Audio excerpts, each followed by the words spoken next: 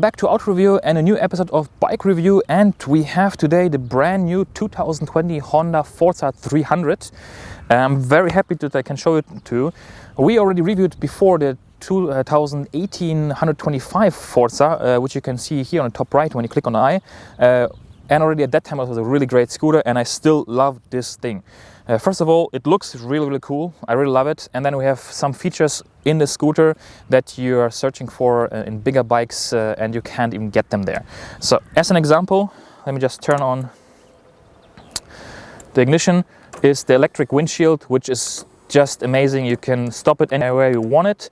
It's really awesome. We have a BLED headlight, which is very bright. It's not only for you to see, but most important for two-wheelers is that you are seen when you're driving. In addition, we have the blinkers in the mirrors, which basically makes the profile of the scooter much wider, which is again something for safety, which I love. Then we have a 256mm single disc Nissan brake in the front and a 240mm in the back, both obviously with ABS. And in the 300cc version we have a traction control, which you can basically turn on and off here, which is great for slippery conditions when you're, for example, riding this thing in the UK or anywhere where it's raining a lot, and when obviously you have slippery surfaces, for example gravel or something like that, which is great. But you can turn it off if you like to. All right, let's turn it off again. Now, before we go to the facts, I would like you to please subscribe to the channel, give it a like if you like the scooter videos so I can do more. And I would like to thank GL Motor in Unterseen here in Switzerland, who provided the scooter to me. In the current situation, obviously, we have to be very careful with the hygienic things. The scooter was disinfected before it was given to me, and I had no personal contact to the salesperson.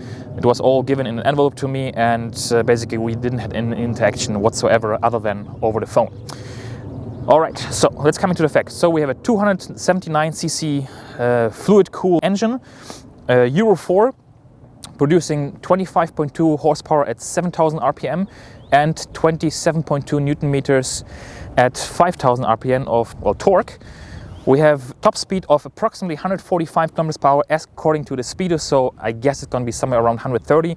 From 0 to 120 it goes pretty quick and it's really nice. Everything above that, it takes some time, but either way in Switzerland we can only drive 120, so it doesn't really matter. Then instrument cluster is very easy to read. We have a speedo on the left, we have a RPM gauge on the right. In the middle we have a screen that shows you the time, fuel gauge, the temperature, trip A, trip B, which you can switch through these two buttons here. Then we have info A obviously and info B for how many kilometers range left, with the 11.5 liter fuel tank and a fuel consumption of approximately 3.2 to 4.6 liter. You can expect something around 250 to 350 kilometers or even more, depends on how you ride. One thing that's actually missing, which is a shame from the 125, is the start-stop system. I guess because of the 300cc engine here or the 279cc engine, it is not possible to fit together. Is something that is missing, but I guess the scooter is driven more outside the city rather than in the city, and maybe that's why the Honda decided to skip it. As I mentioned, the traction control you can turn on here. Then we have quite a lot of buttons on the left, especially we have obviously the windshield, which you can adjust in height, BLED headlights with a passing light here and high beam, horn, blinker and info B. And on the right side we have the kill switch, the hazard lights and the e-starter. To start the scooter you have to pull the lever, the rear brake on the left, and then start the engine. Won't work now because we have the side stand on. And in addition we have the cap here, smart key system, so you don't have to basically take out your key and put it in a lock or something like this. You just keep it in your pocket. Once you approach the scooter it will recognize the key and then you can basically operate everything. So we have fuel cap here, which is very easy to reach, so you don't have to do it under the seat. And we have the seat cover. Once you open it you have 53.5 liters of storage, which is quite a lot. You can fit two full-size helmets here depending on the size. Obviously my helmet didn't fit in the front, but it fit in the back. On the left side here you have a little compartment which goes inside, so you can put your gloves, for example. You have a plastic holder here to separate front from the rear, for example if you have one helmet and some loose stuff flying around, so you don't have everything moving around, which is great. And overall you can fit your groceries here. Actually I'm going to show you a picture. I went grocery shopping with it and quite a lot of stuff you can fit in here. Then obviously you can ride with two people. We have the Sozius footpad here and obviously some very massive holders for the passenger. Now Price for this one in Switzerland at the moment is 7,150 francs after an offer already. But in addition to that, we have now between the 14th of April to the 30th of April 2020 an additional offer of 380 francs off for every scooter from Honda that is 125cc or above. So this one would cost you now 6,770 Swiss francs. Now there's only two things that you can add to this scooter, which one is heated grips. Costs 319 francs plus installation. Unfortunately, it doesn't come stock for a price of around 7,000 Swiss francs. But one thing that is missing is you have no heated seat, and there's no option for that. You would have to do that yourself somewhere with a third-party company maybe. And then we have two top case options. We have the smaller one, a 35 liter, that costs 299 Swiss francs plus 149 francs for basically the plate to install it. Or you have the bigger option, which is a 45 liter. That is a smart key system that's linked to the key, which actually requires some wiring and takes quite a lot of time for the dealer to install it. That costs 979 Swiss francs plus 75 francs for the plate to basically hold it. Quite a lot of money if you consider 7,000 francs plus another 1,000 just for the top case. However, it is integrated and basically you don't have to take the key out of your pocket.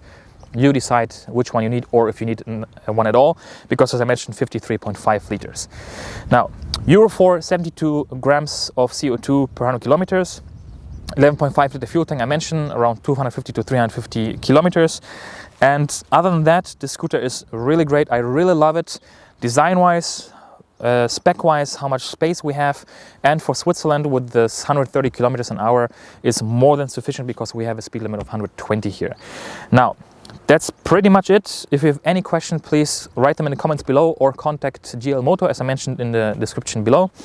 And now we're gonna put on the helmet and we're gonna ride the scooter, and I'm gonna tell you what I think about it, how it rides, and a few things that I would like to see improved, maybe, considering still that this is a really good scooter already, and something that are really great. So thanks a lot. Please give it a thumbs up if you like this kind of videos, and subscribe to the channel, activate the bell icon. And now let's hop on and ride the scooter. Enjoy! Alright people, we have driven already a little bit up here. You see the Jungfrau mountain there, so we are in Berner Oberland, and now we're gonna ride up the last part to Beatenberg. And you can see how the acceleration is. See, it's really steep here, and with no problem we are at 80. What I really like, the suspension is super comfortable. It's not too hard and not too soft. I tested this one, as I mentioned, the 125cc 2 years back. I went to Bern, 60 kilometers one way, and there are scooters where I do have back pain when I ride them too long because of how stiff they are. It was the same thing with my X-Mac 250, which I sold actually because of one reason was that, and the other one was the halogen light. And this one is very, very comfortable. This is the Tuna Lake there, over there. And you see this goes really, really quick. So if you drive between cities, or you're commuting to work on a daily basis from a little bit of the suburbs inside the city or towards the city, I think this is a great scooter for you. Yes, it's a bit pricey, but you get quite a lot. I mean, electric windshield, here we go, and already we have a little bit less air on the chest. However, this is one of the criticizing points I have at the same time, because it's actually, for me, I'm 184 tall. It's exactly where the helmet, basically in the middle of the helmet, where the visor starts, and I get all the wind basically when the windshield is up. Whoops. And I wish there would be high windshield, but still 2 years after the Forza 125 test, they still don't have a high windshield available as an optional extra or accessory. I have not seen anyone offering this, because obviously of the mechanism. It has to be something that basically holds it up and can lift it up and down. It's a shame, because I think that would make the scooter even better if there would be at least an option. Heated grips are available, but they're quite expensive as well, 390 plus installation. Obviously installation of the cables requires some time. And the top case, it's quite pricey as well if you want the integrated smart key one. What I like as well, we have traction control, so it's really safe for commuting, especially when you guys are from the UK or Ireland or somewhere where it's raining a lot, you know. You have a traction control in slippery conditions, which is great. At the same time, I'm missing the start-stop system, which was available on the 125, or basically stock on the 125. I wish they would have added here as well. But I guess, again, the 125 would be the inside city commuter. This is the suburb to city commuter, I guess. at the same time, I wish there would be a little bit more punch, because I top out at around 140 kilometers an hour. According to the speedo, 145 or so. I had to stop because it was too fast already for Switzerland. And so there's a little bit missing, like I would say 10-15 kilometers missing. Maybe another 5 horsepower would be great, just to not basically drive all the time at full throttle on the highway. If you're commuting basically, for example, 10-15 kilometers on the highway towards the city, that is something that I miss. So I think the Forza as a 400 or 450, 500 would be great, really, but it would be already too close to the Integra, even though this is 700cc or 750cc scooter already. But there is something in between missing. So we have like a 300 and we have the Integra 750, but there is 500 missing. Whoops. And that's another problem here, I can't tell you more. 500 missing because, well, yeah, there's one in between missing in a scooter range, right? So now we're going to turn around. We don't have to go into the village here. And I think that would be perfect, but I guess it would be then too close to the Integra, and I don't think already a lot of people buying the Integra, which is awesome looking scooter. I still haven't tested because you can't find them anywhere really, and even though they cost above 10k, and no one is really buying them above 10k, I guess, because there's always offers. I see around 9.5 or something like that. And basically, if you offer a 500 then, and then Integra you get for 9.5, who would be paying then more for the Integra? Sorry, for the 500 if you can get a 750 then, right? But at the same time, what I love about this one is that you have the storage space, you have this windshield, which is really, really cool, right? And super comfortable, very versatile. You can go shopping with it, as I showed to you.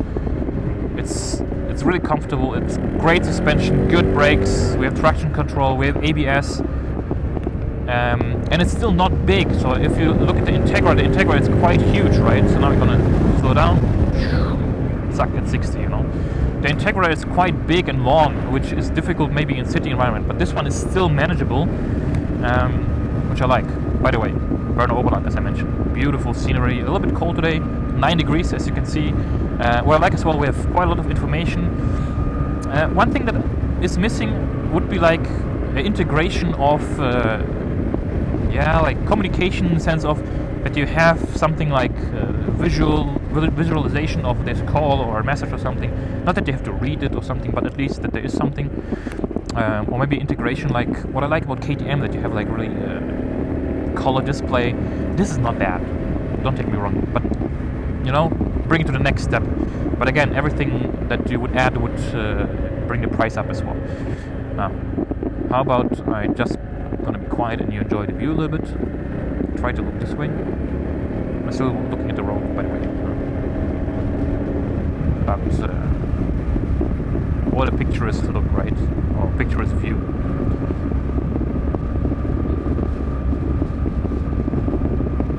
And fuel consumption is pretty good. As I mentioned, 3.7 was the average. Now it's a little bit higher. Obviously, we went up the mountain, right? Which we need a bit more fuel. Obviously, on the highway at full speed, it was around 4.5, 4.6. But it's not bad at all, I have to say. Yeah, that's pretty much it. If you have any question, I would urge you to please put them down in the comments. I'll try to answer them as good as I can, or contact GL Motor. Whoa, that's a very bumpy part here. Contact GL Motor here in Unterseen in Switzerland, which is right down the mountain there. And as I mentioned, offer at the moment an additional 380 francs off. So it costs you now 6,770. Other than that, it's 7,150, I believe. Yeah, 7,150.